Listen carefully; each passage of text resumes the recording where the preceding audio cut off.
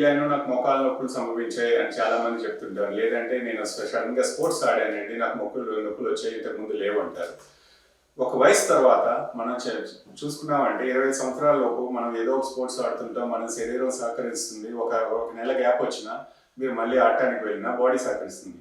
ఒక 4-5 సంవత్సరాల గ్యాప్ ఇచ్చి 20 తర్వాత 30కి ఆడుతున్నానండి, స్టార్ట్ చేశాను. సడన్గా లేదు, నాకు వెయిట్ ఎక్కువ అయిపోయింది, నేను జిమ్కి వెళ్ళాలనుకున్నాను, వెళ్ళాను, లేదా కల్ట్ ఫిట్లో జాయిన్ అయ్యాను, వాళ్ళు ఎక్సైజ్ చెప్పారు. సడన్గా వీళ్ళందరూ ఎప్పుడైతే స్టార్ట్ చేస్తారో చాలా మంది బాడీ పెయిన్స్ స్టార్ట్ అయిపోతాయి. మోకాలు నొప్పులు అవనండి, జాయింట్ పెయిన్స్ అవనివ్వండి.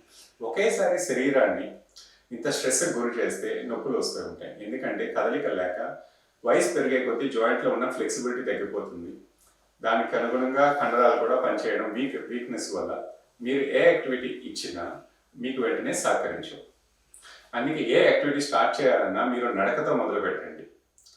ఒకేసారి వెయిట్స్ పెట్టినా కూడా మోకాల మీద భారం పడుతుంది, లేకపోతే వెన్నుపూస మీద కూడా భారం పడుతుంది, నడుము నొప్పి అన్నా వస్తుంది, జాయింట్ పెయిన్స్ అన్నా వస్తాయి. ఈ కండరాలన్నీ ఒకేసారి స్ట్రెయిన్ అవ్వకూడదు. క్రమక్రమంగా దాన్ని స్ట్రెయిన్ చేయాలి. అంటే ఫస్ట్ నడకతో స్టార్ట్ చేయండి, ఫాస్ట్గా నడవండి, తర్వాత రన్నింగ్ స్టార్ట్ చేయండి. ఇలా చేయకుండా మీరు ఒకేసారి వెళ్ళారు అని అంటేనండి, రన్నింగ్ స్టార్ట్ చేశారా, 2 రోజులు చేస్తారు, తర్వాత మళ్ళీ 2 నెలల వరకు మీకు బాడీ సహకరించదు వెళ్ళాలన్నా. ఈ నొప్పులు స్టార్ట్ అవుతాయి. మోచెప్పు దగ్గర సౌండ్స్ వస్తూ ఉంటాయి. కూర్చొని లేస్తే టక్ టక్ మంది నాకు సౌండ్ వస్తుందండి, ఏదో అయిపోయిందా అనుకుని వస్తుంటారు చాలామంది డాక్టర్ల దగ్గరికి.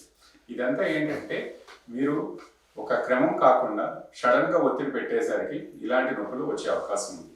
ఇదేదో డిసీజు కాదు, ఇది కాదు, మీ శరీరం మీకు ఇంకా సహకరించట్లేదు అని చెప్తుంది. ఎప్పుడైనా నొప్పి చెప్పినప్పుడు మీ శరీరాన్ని, బాడీకి రెస్పెక్ట్ ఇవ్వాలి. వేరే వాళ్ళని చూసి మీరు అదే పద్ధతిలో కాపీ కొట్టద్దు.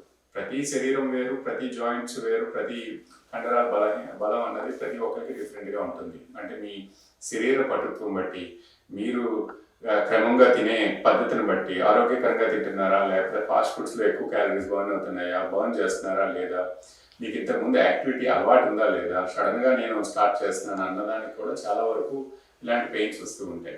అలవాటు ఉన్న వాళ్ళకి కొంత తక్కువ టైం పడుతుంది మళ్ళీ అడ్జస్ట్ అవ్వడానికి. అలవాటు లేకుండా ఎవరైనా స్టార్ట్ చేస్తే వాకింగ్ కానీ, రన్నింగ్ కానీ, బాడీ పెయిన్స్ రాక తప్పవు. అలా అని మానేస్తే మళ్ళీ తిరిగి వస్తాయి. దీన్ని అడ్జస్ట్ చేసుకోవాలి. నొప్పి వచ్చినప్పుడు కొంత గ్యాప్ ఇవ్వాలి, మళ్ళీ శరీరం రికవర్ అవ్వాలి, మళ్ళీ స్టార్ట్ చేయాలి. ఎంత గ్యాప్ ఇవ్వాలి అంటే ప్రతి శరీరానికి డిఫరెంట్ అండి. వేరే వాళ్ళని చూసి కాపీ కొట్టకుండా మీ శరీరాన్ని మీరు అర్థం చేసుకోండి, మీ నొప్పుని మీరు అర్థం చేసుకోండి, క్రమక్రమంగా దాన్ని రైట్ చేయండి. ఒకేసారి ఎక్కువ యాక్టివిటీస్ చేస్తే బాడీ మాత్రం సహకరించదు.